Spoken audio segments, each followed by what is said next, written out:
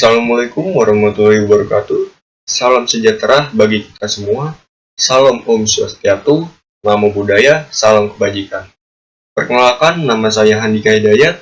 Dalam presentasi kali ini, kami akan membahas tentang bilangan matriks. Baik, sebelum kami memulai presentasi kali ini, tak luput juga kami berterima kasih kepada dosen kita semua, yaitu Ibu Endah Mustika Asih, yang telah memberikan waktunya untuk bisa mendengarkan presentasi kami hari ini. Untuk presentasi kali ini diharapkan bisa memberikan teman-teman semua pengetahuan dan pemahaman lebih dalam dengan bilangan matriks. Sebelumnya, untuk presentasi kali ini saya tidak sendiri. Di sini saya memiliki anggota kelompok yaitu Setiadi Lisani, Bagas Tristianto, Rifa Rizky Helanda, Rizky Yuli, dan Fajar Nur Cahyadi. Baik, tidak perlu lama-lama, mari kita simak penjelasan tentang bilangan matriks kali ini. Untuk yang pertama ini akan dibacakan oleh Fajar Nur Cahyadi. Untuk Fajar, kami persilakan. Assalamualaikum warahmatullahi wabarakatuh. Perkenalkan, nama saya Fajar Nur Cahyadi. Di sini saya akan menjelaskan cara pengenalan matriks. Matriks adalah susunan angka atau simbol yang disusun dalam baris dan kolom. Ia merupakan alat matematika yang sangat powerful dan banyak digunakan dalam berbagai bidang, yaitu dari bidang ilmu komputer hingga bidang ekonomi. Teman-teman di sini bisa dilihat, yang pertama ada baris. Baris dalam matriks adalah susunan elemen secara horizontal. Indeks pertama dalam notasi elemen menunjukkan nomor baris. Yang kedua ada kolom. Kolom dalam matriks adalah susunan elemen secara vertikal. Indeks kedua dalam notasi elemen menunjukkan nomor kolom. Lanjut, notasi matriks. Sebuah matriks biasanya diberi notasi dengan huruf besar seperti A, B, atau C. Elemen-elemen dalam matriks tersebut dinotasikan dengan huruf kecil dengan dua indeks. Misalnya A, I, Z, yang berarti elemen pada baris ke I dan kolom ke J. Di sini teman-teman bisa dilihat ada dua contoh. Yang contoh pertama, matriks A dengan ukuran 2 kali 3 buka kurung 2 baris dan 3 kolom tutup. Dapat ditulis sebagai A sama dengan kurung biasa. Baris pertama yaitu A11, A12, dan A13. Untuk baris kedua ada A21, A22, dan A23. Contoh kedua, matriks A dengan ukuran 3 kali 3 buka kurung 3 baris dan 3 kolom. Dapat ditulis sebagai A sama dengan kurung biasa. Baris pertama yaitu ada A11, A12, dan A13. Untuk baris kedua ada A21, A22, dan A23. Untuk baris yang ketiga ada A31, A32, dan A33. Di sini ada jenis-jenis matriks, yaitu metrik persegi, metrik yang memiliki jumlah baris sama dengan jumlah kolom. Metrik pujuk sangkar, metrik persegi yang semua elemennya sama. metrik diagonal. Metrik diagonal, metrik persegi yang hanya memiliki elemen di sepanjang diagonal utama. Ya, cukup sekian dari saya. Wassalamualaikum warahmatullahi wabarakatuh. Halo, perkenalkan nama saya Setiadi Lisani. Saya akan menjelaskan tentang operasi dasar matriks. Yang pertama yaitu ada penyebelahan matriks, terus ada yang kedua perkalian matriks, dan yang ketiga ada transposisi matriks. Saya akan menjelaskan yang nomor pertama dahulu, yaitu penjualan matriks, yaitu menjumlahkan elemen-elemen yang terletak pada baris dan kolom yang sama. Yang kedua yaitu perkalian matriks, mengalihkan elemen-elemen dari baris suatu matriks dengan elemen-elemen dari kolom matriks lainnya. Dan yang ketiga, transposisi matriks, yaitu menukar baris menjadi kolom dan kolom menjadi baris. Determinan matriks. Apa itu determinan matriks? Yaitu nilai saklar yang diperoleh dari suatu matriks persegi. Dan untuk cara memperhitungkannya, yaitu determinan dapat dihitung melalui berbagai metode, seperti ekspansi, kofaktor. Dan untuk cara mengaplikasikannya, yaitu determinan banyak digunakan dalam menyelesaikan sistem persamaan linier dan aljabar geometri. Inverse matrix. Apa itu inverse matrix? Yaitu matriks yang jika dikalikan dengan metrik asli akan menghasilkan matriks identitas. Dan untuk syaratnya yaitu suatu matriks harus memiliki determinan tidak sama dengan 0 agar memiliki inverse. Dan untuk cara memperhitungkannya yaitu inverse matrix dapat ditemukan menggunakan berbagai metode seperti Ashwin dan eliminasi Gauss. Aplikasi matriks dalam kehidupan sehari-hari. Matriks adalah susunan angka, simbol, atau ekspresi lain yang diatur dalam baris dan kolom untuk membentuk sebuah persegi panjang. Dalam kehidupan sehari-hari, konsep matriks dapat diterapkan dalam berbagai konteks untuk menyederhanakan dan memecahkan masalah. Dan teman-teman di sini bisa dilihat yaitu contoh matriks dalam kehidupan sehari-hari bisa digunakan untuk organisasi dan pengelolaan data, dan bisa dipakai juga untuk penjadwalan dan pengorganisasian, terus bisa dipakai untuk analisis dan visualisasi data.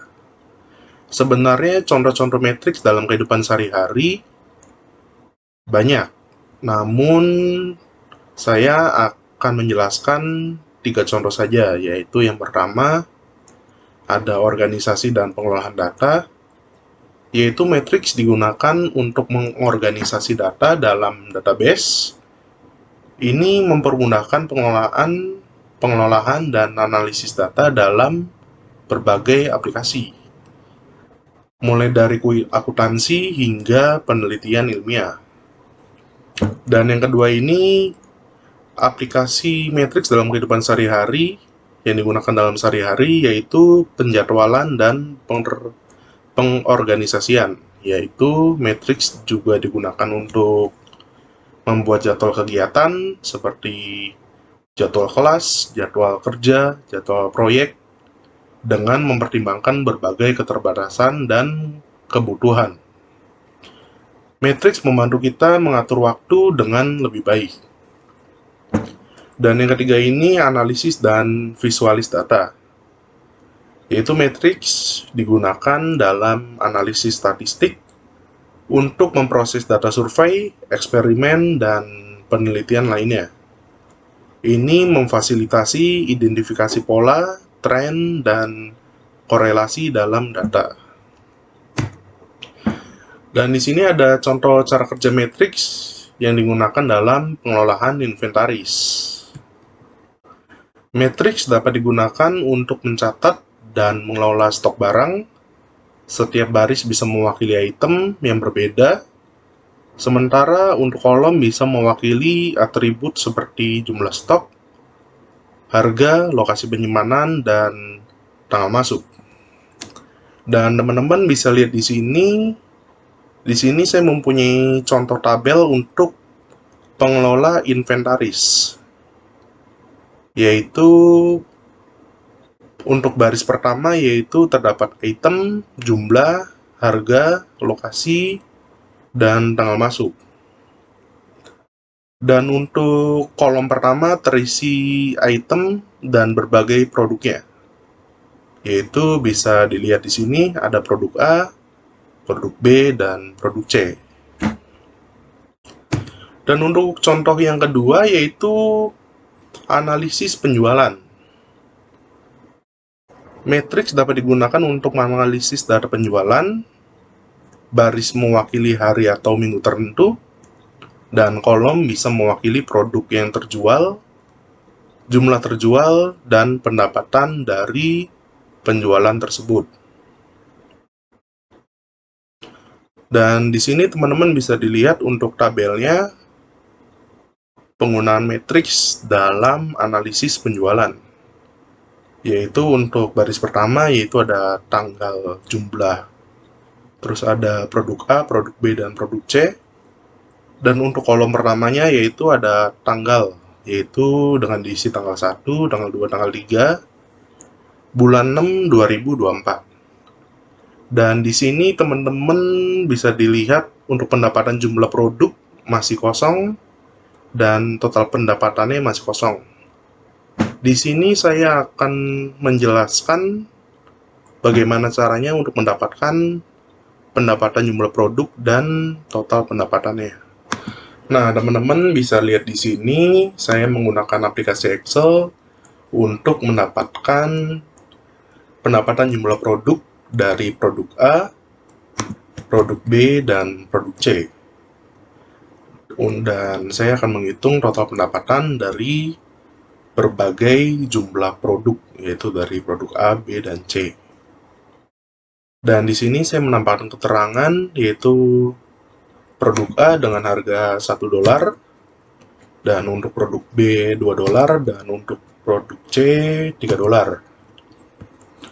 Langsung saja di sini saya menggunakan rumus untuk mendapatkan pendapatan jumlah produk, yaitu sama dengan lalu buka kurung, lalu kita memilih produk jumlah barang dari produk A yaitu C5. Kenapa saya menuliskan C5? Karena terdapat dari kolom C dan baris ke-5. Lalu kita kalikan dengan harga per piecesnya, lalu sama dengan, dan lalu tutup kurung, dan enter. Dan di sini terdapat $47 pendapatan dari total barang yang terjual dari produk A. Dan untuk produk B-nya sama, kita menggunakan rumus yaitu sama dengan buka kurung, lalu kita pilih D5 karena dari kolom D dan baris ke-5, lalu kali tutup kurung dan enter. Dan di sini kita mendapatkan $60 dari hasil penjualan produk B dari tanggal 1 sampai 3. Dan yang C masih sama caranya, lalu dikalikan.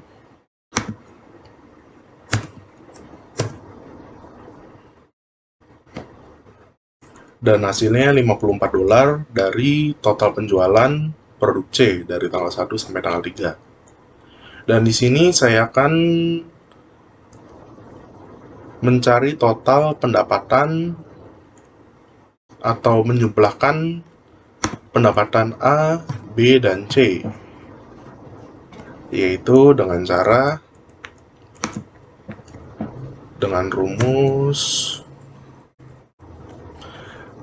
sama dengan, lalu kita tulis rumusnya yaitu sum, lalu buka kurung, lalu kita memilih dari C6 sampai E6, karena dari kolom C sampai kolom E dan baris ke-6. Lalu tutup kurung dan hasilnya $161.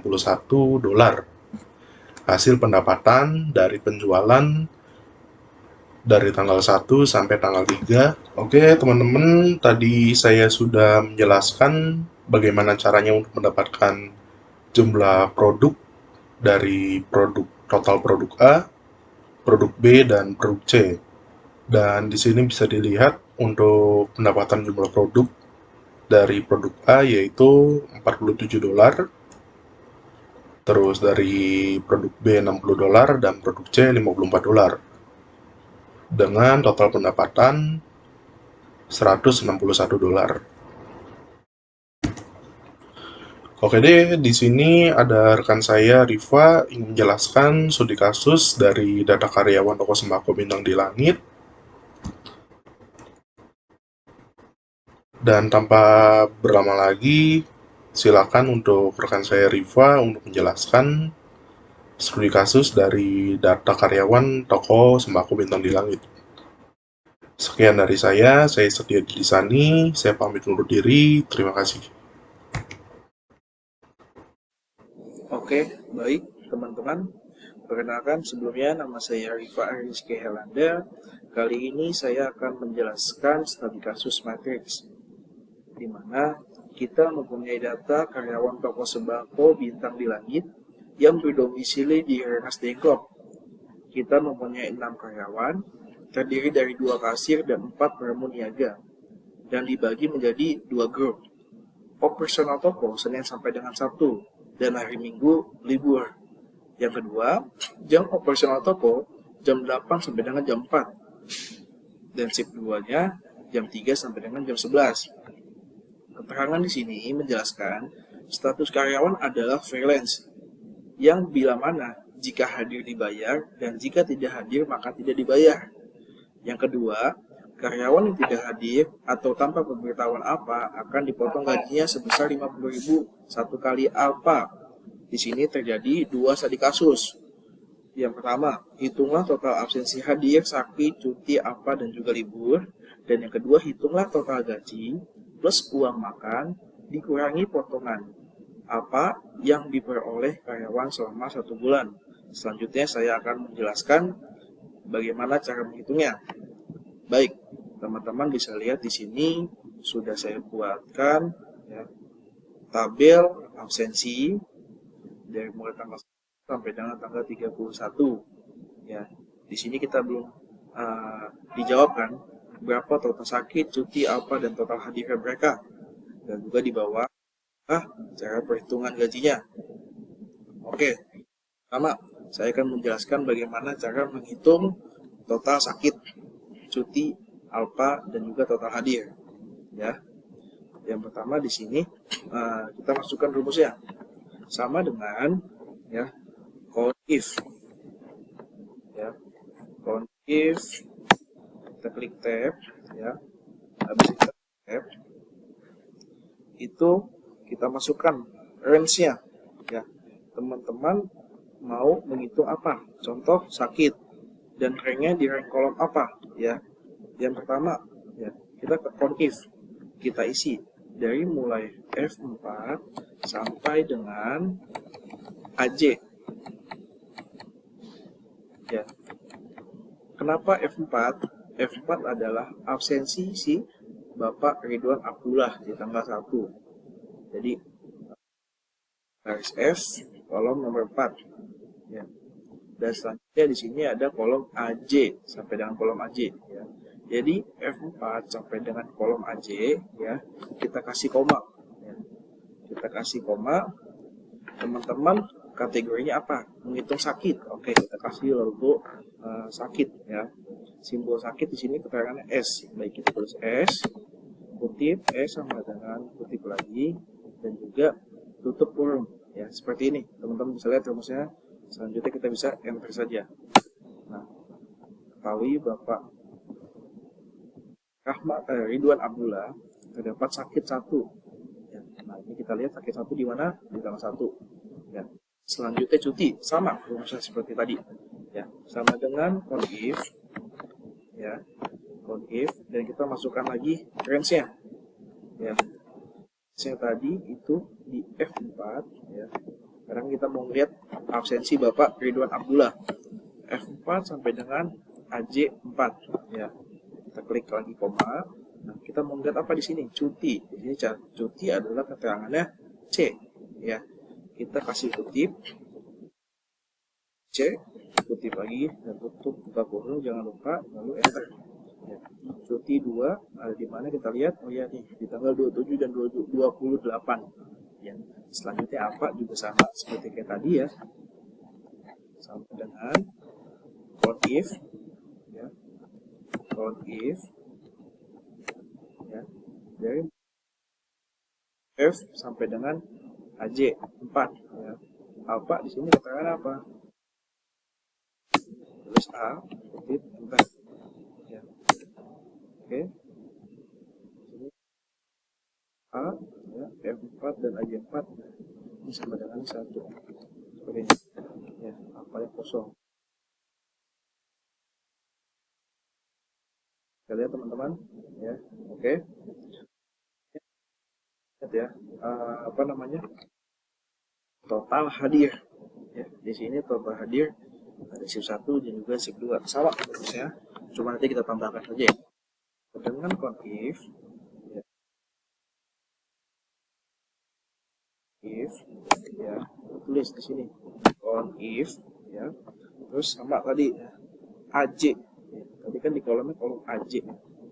Ya, di kolom AJ sini, kolom F sampai dengan kolom AJ. Ya, itu kita kasih koma 1. Karena apa 1? Karena di sini kita bagi 2 shift, ada shift 1 dan juga shift 3, shift 2. Dulu 1, ya. Kita tutup kurung, kita, ya, ditambah count if lagi. Ya, count if.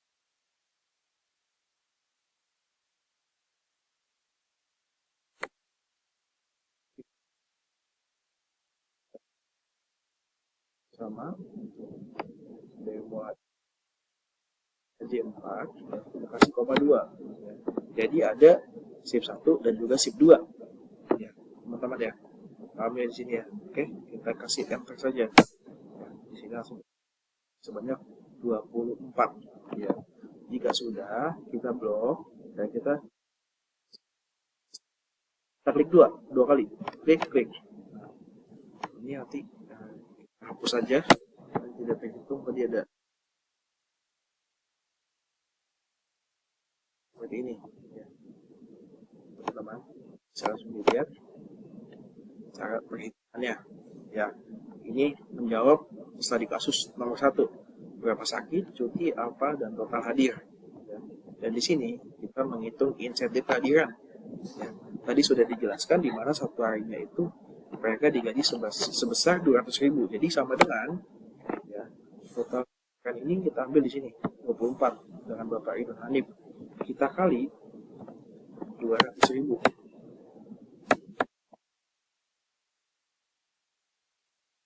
Ya, dan juga di sini sama ya, sama dengan Bapak Ridwan Abdullah tadi total hadirnya berapa? Kita kali 15.000 karena uang makan satu hari itu 15.000. Ya, seperti ini. Ya, langsung kelihatan. Baik ya.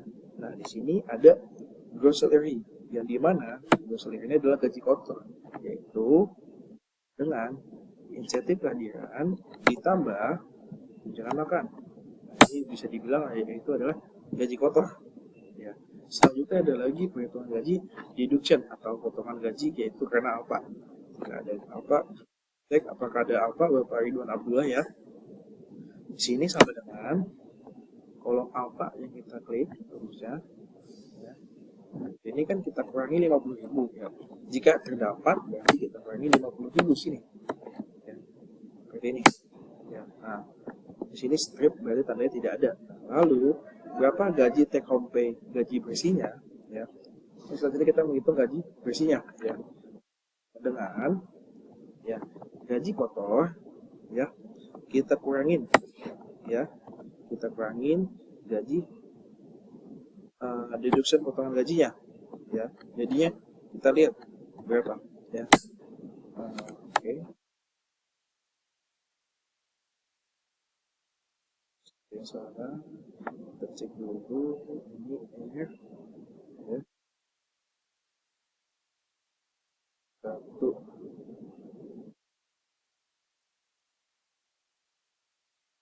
di kotor ya, dikurangin dengan gaji deductionnya, potongannya berapa itu ya, 160 ya. Ya, sama seperti tadi ya, kita sampaikan di kolom Bapak Wahyu Budianto. Nah, di sini langsung ketahuan ya. Atau di sini gaji kotornya ada yang 5.160.000 dan potongan gaji 100.000 ya, berarti dia mendapatkan gaji bersih yang dia dapat yaitu 5.060.000 ya. Jadi seperti ini. Nah, ini total saya sum ya dari mulai insentif Bapak Ridwan Abdullah sampai dengan Pak Budianto. Kita sum, dapatlah hasil kita harus membayar gaji 29.200.000 dengan makanan sekian, gaji salary kotornya sekian, deduksinya sekian, dan juga gaji yang harus kita bayar kepada karyawan sebesar sekian ya. Ini sudah include dengan absen masuk, ditambah juga tunjangan makan, dan juga jika ada yang kedapatan apa sudah dipotong ya. Jadi seperti ini ya teman-teman ya, teman-teman paham ya. Sini ada rumusnya, seperti tadi saya bilang, saya jelaskan ya. Oke, baik, sekian dari saya. Terima kasih. Perkenalkan, saya Rizky Yulistiawan. Di sini saya akan menjelaskan data penjualan toko sembako Bintang di Langit. Harga barang yang tertera di toko sembako Bintang di Langit. Yang pertama, beras per kilo. Harganya adalah 12.500, gula per kilo 10.500, telur ayam per kilo 30.000, minyak goreng per liter 16.500, terigu per kilo 13.000. Nah, selanjutnya kita akan menghitung penjualan minggu dari minggu 1 sampai minggu keempat. Di minggu pertama ada beras juga per kilo. Cara menghitungnya adalah B ini B di angka 8, jadinya B8. Caranya sama dengan B8 dikali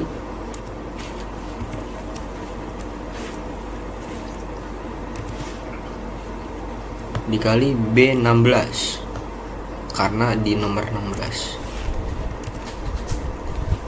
Enter. Nah, penjualannya langsung keluar. Di sini harganya adalah 6.500.000. Selanjutnya gula per kilo terjual 122. Kita hitung lagi.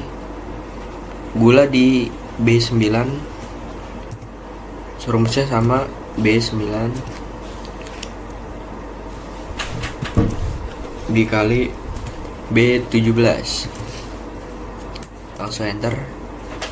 Di sini penjualan gula 10.500 dikali 122 adalah 1.281. Nah, selanjutnya ada telur ayam. Telur ayam per kilo 30.000. Di sini penjualan minggu pertama ada di 144. Rumusnya masih sama, B telur ayam ada di B10 dikali bisa diganti dengan bintang ya, dikali B18. Langsung enter. Telur ayam di sini per kilonya 30, terjualnya 144. Jadi 30 kali 144 keluar hasilnya 4.320.000. Selanjutnya ada minyak goreng. Minyak goreng di minggu pertama terjual 180. rumusnya masih sama, B 11 dikali B 19. Kita enter. Minyak goreng harganya adalah 16.500, terjualnya 180, dan hasilnya 16.500 dikali 180 adalah 2.970. Selanjutnya ada terigu. Penjualan terigu di minggu pertama adalah 29. Hitungnya masih sama, B 12 dikali B 20. Kita enter. Keluar hasilnya 29 dikali 13.000 adalah 377.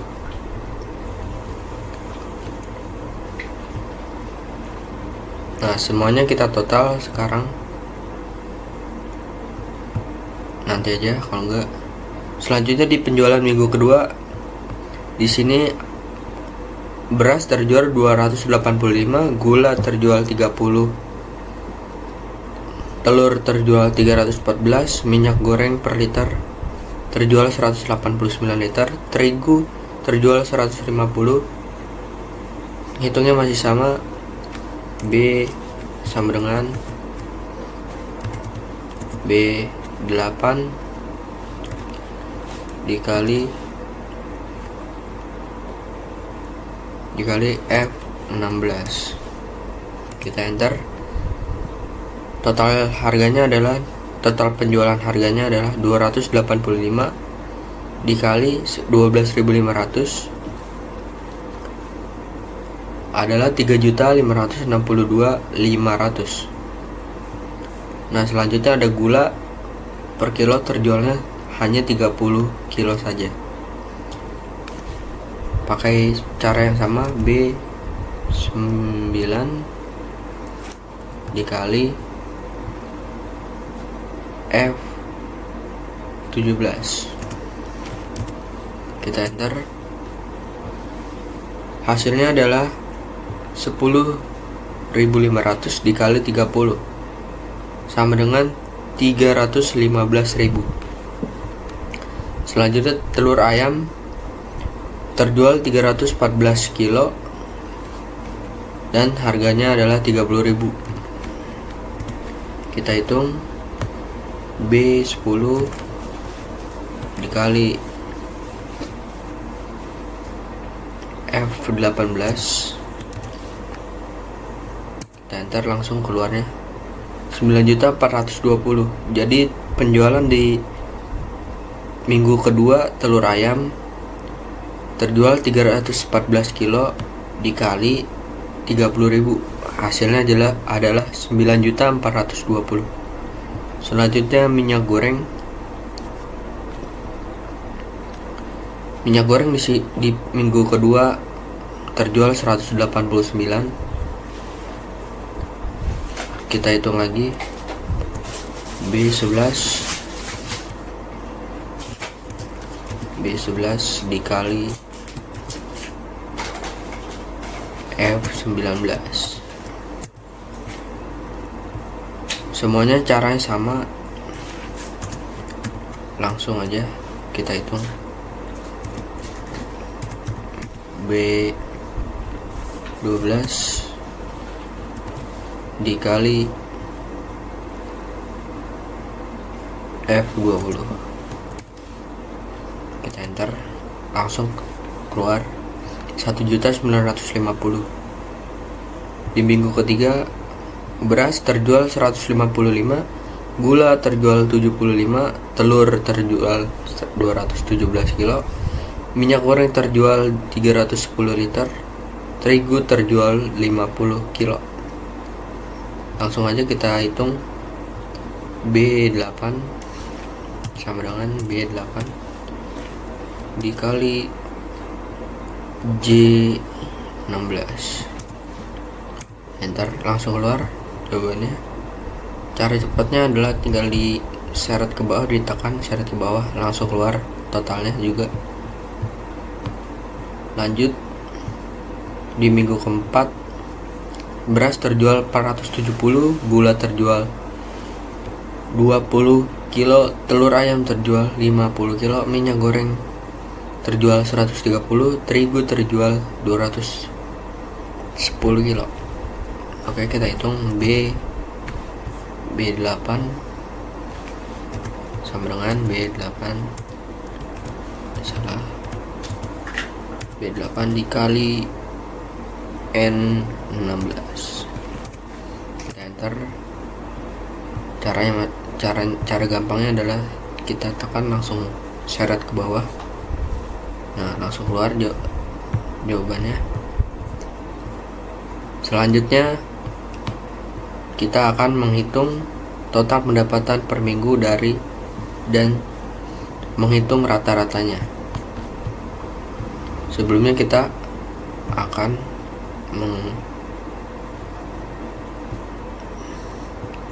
mentotal penjualan minggu pertama dengan cara memblok penjualan lalu pencet auto sum.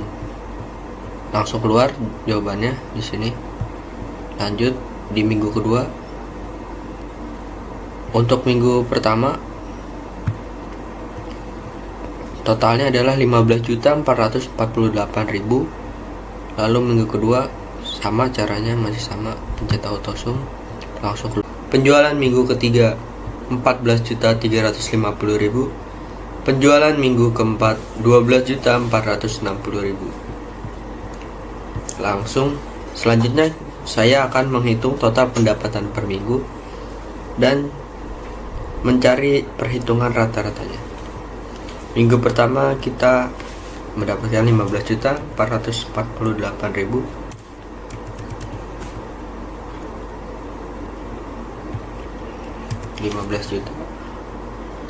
Minggu kedua kita mendapatkan 18.366.000. Minggu ketiga kita mendapatkan 14.350.000. Minggu keempat kita mendapatkan 12.460.000. Cara menghitung totalnya adalah sama dengan B26 ditambah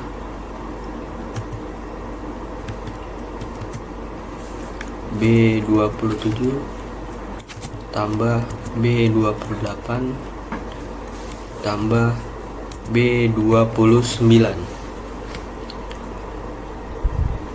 Langsung kita enter. Totalnya adalah 60.624.000.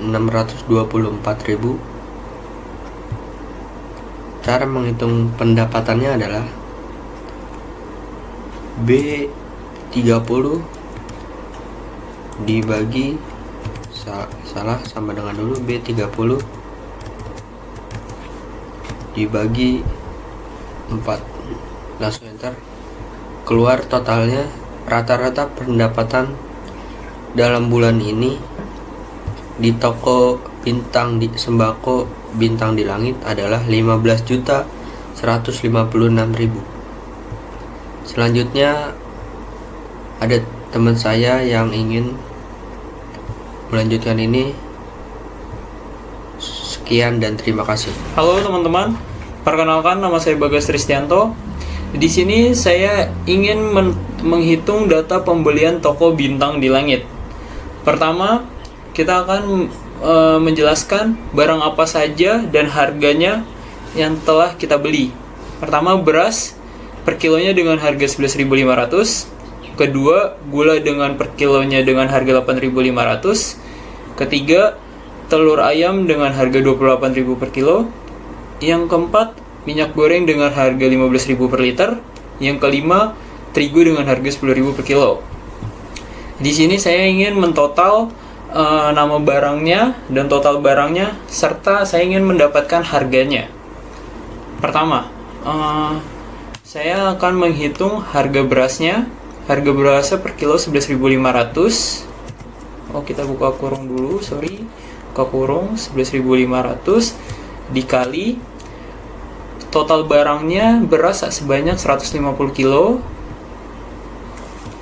tutup kurung, hasilnya adalah 1.725.000. Yang kedua adalah gula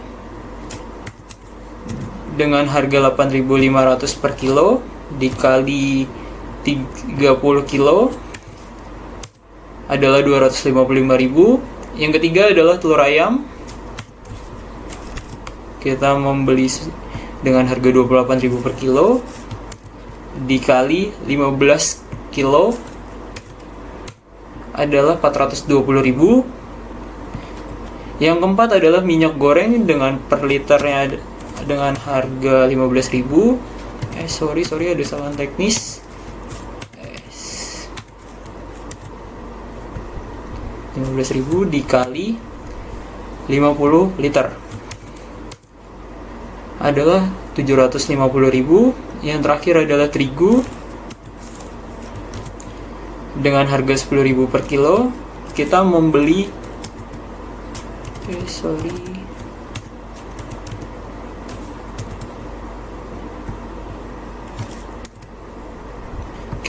sebanyak 20 kilo. Di sini total pembeliannya adalah 3.350.000. Oke, di sini telah dihitung oleh rekan kami yang bernama Rizky dengan omset total penjualan sebanyak 61.274.000. Sedangkan rekan kami yang bernama Riva telah menemukan omset gaji karyawannya adalah 31.190.000. Oke, di sini kita akan menghitung keuntungan toko. Keuntungan toko kita diambil dari dari total 61.274.000 yang telah dihitung oleh rekan kami yang bernama Rizky. Dikurang 3.350.000 dari total pembelian kita. 3.350.000. Oke, di sini sudah dapat totalnya adalah 57.924.000. Di sini saya akan menghitung laba bersihnya. Laba bersihnya pendapatan 1 bulan toko 57 juta. Sorry, kita pakai cara cepat aja.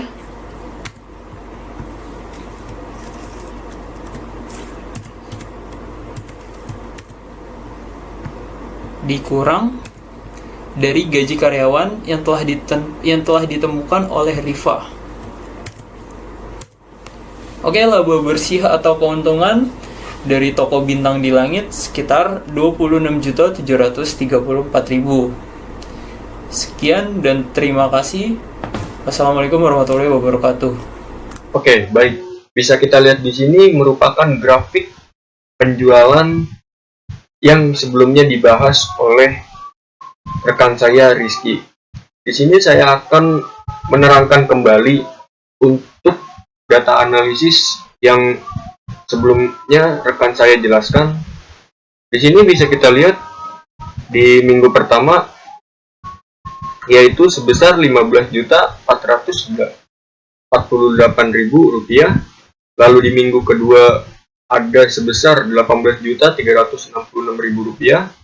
Di minggu ketiga Rp14.350.000. Dan di minggu keempat dengan sebesar Rp12.460.000. Lalu bisa dilihat penjualan terbesar yaitu di minggu kedua dengan sebesar Rp18.366.000. Dan untuk minggu pertama hingga keempat bisa dikatakan stabil di sekitar Rp14.000.000. Oke.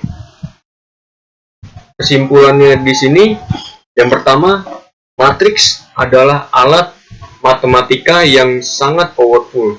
Matriks dapat digunakan dalam berbagai platform aplikasi, dari komputasi hingga ekonomi. Lalu yang kedua, penting untuk memahami jenis-jenis dan operasi dasar matriks. Penguasaan konsep dasar matriks akan membantu dalam menyelesaikan masalah yang lebih kompleks. Lalu yang ketiga, matriks merupakan topik yang menarik untuk dipelajari lebih lanjut. Penerapan matriks dalam kehidupan sehari-hari terus berkembang seiring dengan kemajuan teknologi. Oke, mungkin cukup sekian presentasi kami tentang bilangan matriks kali ini. Semoga apa yang kami sampaikan dapat bermanfaat untuk kita semua. Jika ada kekurangan, mohon maaf, karena kesempurnaan sungguh hanyalah milik Tuhan Yang Maha Esa. Baik, cukup sekian. Terima kasih. Wassalamualaikum warahmatullahi wabarakatuh.